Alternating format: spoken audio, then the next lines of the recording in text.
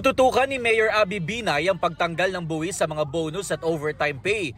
Itutulak ni Senadora Pia Cayetano ang Doktor para sa Bayan program. Pagbabantay naman sa pondo ng bayan ang tututukan ni Ping Lacson. Si Senador Lito Lapid binigyang diin ang pagpapalawak ng eco, agri at medical tourism. Batas para sa libreng pabahay ang isinusulong ni Manny Pacquiao.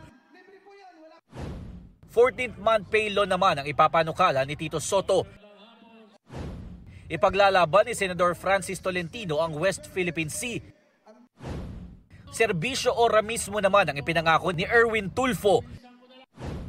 Mas mababang singil sa kuryente ang isusulong ni Benhur Abalos. Nangako si Congressman Bonifacio Busita na prioridad niya ang transportasyon at agrikultura. Tunay na pagbabago ang binigyang diin ni Teddy Casino. Kasama niya sa pagtitipon sa Quezon City si Jerome Adonis. Suportado ni David De Angelo ang streamers at content creators. Magna Carta para sa barangay officials ang isinusulong ni Atty. Angelo de Alban. Factory workers sa Parañaque ang binisita ni Atty. Luke Espiritu.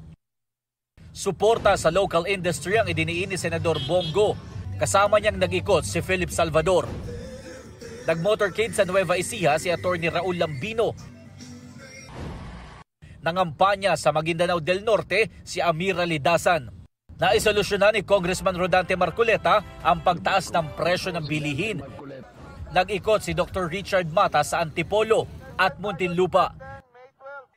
Pagpapabuti ng seguridad sa pagkain ang tinalakay ni Kiko Pangilinan sa Cebu. Inihayag ni Ariel Querubin ang halaga ng pagprotekta sa boto. Suporta sa mga maliliit na negosyo at abot kayang pabahay ang pangako ni Congresswoman Camille Villar. Sa Butuan City, nangampanya si Bam Aquino. Patuloy naming sinusundan ang kampanya ng mga tumatakbong senador sa eleksyon 2025. Jomer Apresto nagbabalita para sa GMA Integrated News.